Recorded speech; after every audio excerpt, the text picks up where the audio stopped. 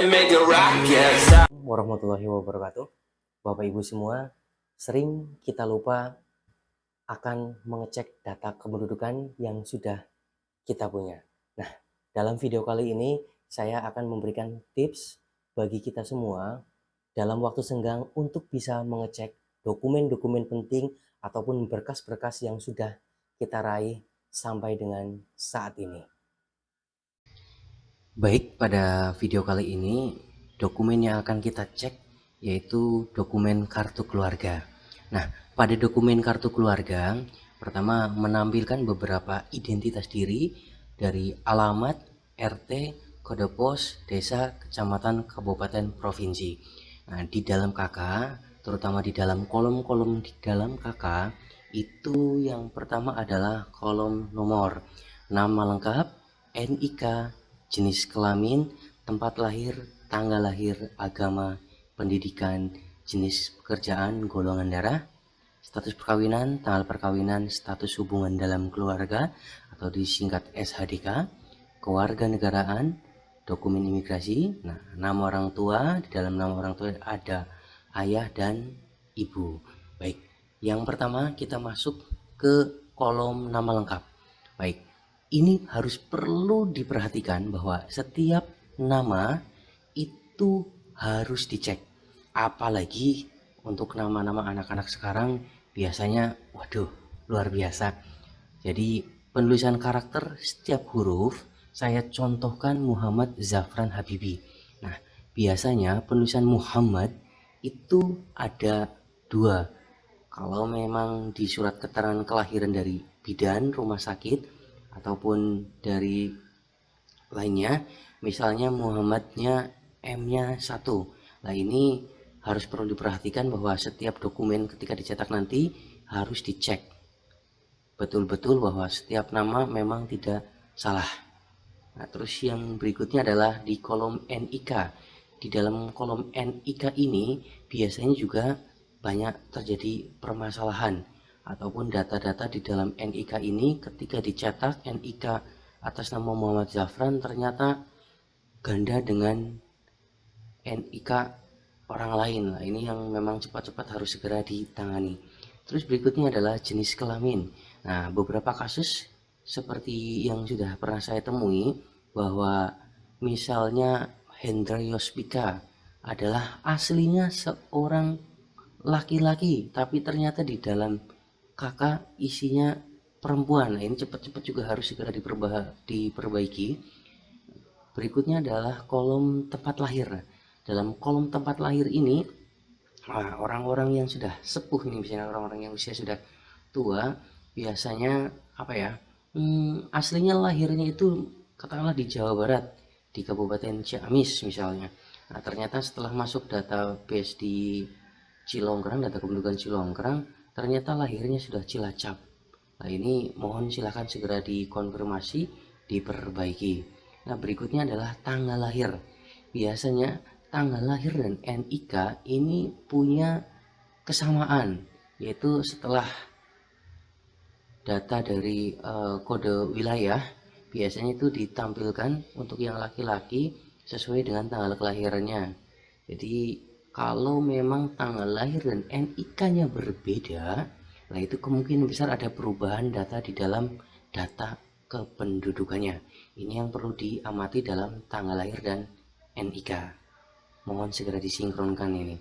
Nah, terus agama, dalam agama silahkan, ada beberapa agama yang memang dianut di wilayah negara Republik Indonesia. Nah, terus untuk strata pendidikan, nah ini untuk pendidikan kebanyakan Bapak Ibu semua ketika anaknya sudah lulus SD, SMP, SMA ataupun jenjang kuliah perguruan tinggi negeri ataupun swasta, ini tidak langsung berubah. Nah, ini yang kadang-kadang nanti pas waktu bekerja kakaknya masih belum berubah bahkan sampai dari SD.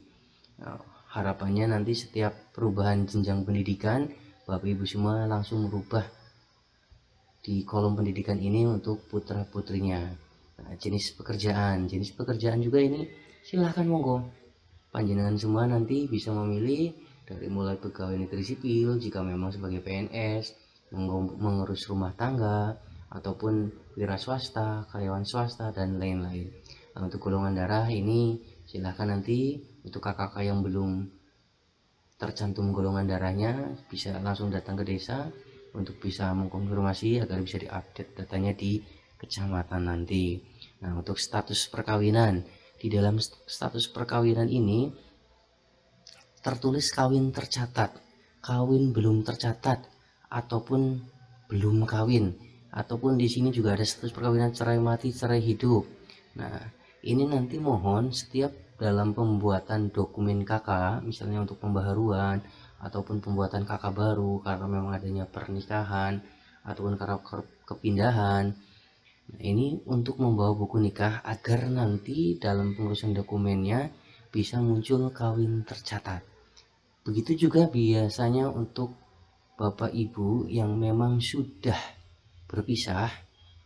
Nah, nanti di sini di status perkawinan itu tinggal melampirkan saja akta perceraian agar nanti dalam status perkawinannya bisa tertulis cerai tercatat. Nah, tanggal perkawinan juga nanti ini disesuaikan dengan buku nikah. Terus dalam status hubungan keluarga ini kepala keluarga berarti adalah seorang yang bertanggung jawab terhadap anggota keluarganya. Kepala keluarga tidak harus seorang laki-laki ya. Kalau misalnya di sini memang kepala keluarganya laki-laki atau suaminya sudah meninggal, nah setelah dibuatan akte kematian bahwa Ibu Fadilah Hayati ini bisa menjadi kepala keluarga di sini.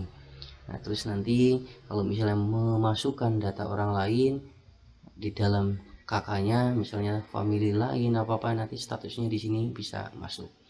Nah, berikutnya kewarganegaraan, jelas kebanyakan nanti warga negara Indonesia ataupun disingkat WNI. Nah, ini yang tak kalah dari permasalahan-permasalahan yang timbul, yaitu nama orang tua. Ada kolom ayah dan kolom ibu. Ini biasanya beberapa kasus yang saya temui bahwa nama ayah itu biasanya ada yang strip alias kosong, ataupun juga nama ibu juga sama, strip ataupun kosong. Di sini silahkan nanti diperbaharui dan datang saja ke desa untuk bisa dibuatkan dokumen-dokumen dan data pendukung. Berikutnya lagi pada kolom nama orang tua. Nah, ayah ini biasanya nanti harus disinkronkan dengan data di buku nikah jika memang sudah terjadi perkawinan, biar nanti antara di kakak dan di buku nikah itu namanya sinkron. Oke, itu beberapa penjelasan tentang permasalahan-permasalahan ataupun hal yang biasa terjadi dalam pengurusan dokumen, terutama dalam KK, karena KK adalah basis utamanya ya. Berikutnya lagi adalah KTP. KTP juga silahkan untuk bisa disinkronkan dengan dokumen kartu keluarga, dari mulai NIK, nama, tempat tanggal lahir, RT, RW, kelurahan desa, kecamatan. Terus nanti juga disinkronkan dengan status perkawinan, pekerjaan. Dokumen ini nanti yang memang hasil dari kakak awal. Nah, jika kakaknya bermasalah, kemungkinan besar nanti KTP-nya juga bermasalah. Selanjutnya, ini yang juga perlu dipahami bersama bahwa ijazah ini berkas penting yang memang kita raih selama kurang lebih 3 tahun itu untuk jenjang SMA ataupun SMK. Nah, dari sini biasanya kalau untuk ijazah suka saya temui bahwa mencantumkan nama orang tua. Nah, mencantumkan nama orang tua, tapi ketika dicek ternyata di dokumen di KK itu nama orang tua tidak sesuai. Biasanya di sini katakanlah Sunarno, ternyata di dalam KK itu Sutarno. Ini harus segera diperbaiki dengan dasar yaitu ijazah. Kenapa dengan dasar ijazah? Karena ijazah ini yang memang prosesnya sangat panjang ketika memang harus dirubah. Nah, berikutnya lagi adalah dokumen yang tak kalah penting adalah buku nikah. Di dalam buku nikah itu memuat yang pertama adalah nomor perkawinan, dan berikutnya yang tak kalah pentingnya adalah nama dari siapa yang menikah. Katakanlah calon laki-lakinya itu Nur Effendi dan perempuannya itu Mariatul Kiptiah. Nah, di dalam dokumen ini juga ada timbul beberapa permasalahan biasanya ketika ketika Nur Effendi ayahnya adalah Junan Syah, dan terus selanjutnya adalah Mariatul Kiptiah, ayahnya itu Samsuri. Nah, ini yang harus diperhatikan bahwa nama dari orang tua Junan Syah ini harus disinkronkan dengan dokumen pada kakak. Berikutnya juga sama, nama orang tua dari Mariatul Kiptiah ini juga harus disinkronkan dengan dokumen pada kartu keluarga. Nah, ketika semua dokumen ini sudah sinkron, baik itu dokumen KK, KTP, buku nikah, dan ijazah, jika sudah sinkron semua, insya Allah untuk kepengurusan dokumen-dokumen berikutnya tidak ada permasalahan lagi. Nah, namun ketika memang ada beberapa dokumen yang memang bermasalah, silahkan nanti permasalahannya di mana bisa langsung dikonsultasikan. Bisa dikonsultasikan lewat kolom komentar di bawah, ataupun mungkin untuk warga desa Cilongkerang silahkan bisa langsung datang ke Balai Desa Cilongkerang agar semua permasalahan-permasalahan pada dokumen kependudukannya bisa segera tertangani. Baik Bapak Ibu semua, berikut video dari saya, semoga bisa bermanfaat untuk kita semua agar dokumen-dokumen kependudukan kita bisa valid dan tidak ada permasalahan. Itulah tadi beberapa tips yang bisa saya berikan untuk semua. Semoga tips ini bermanfaat. Jangan lupa sampai untuk tidak mengecek dokumen-dokumen kepenting kependudukan kita. Wabillahi taufiq wal hidayah. Wassalamualaikum warahmatullahi wabarakatuh.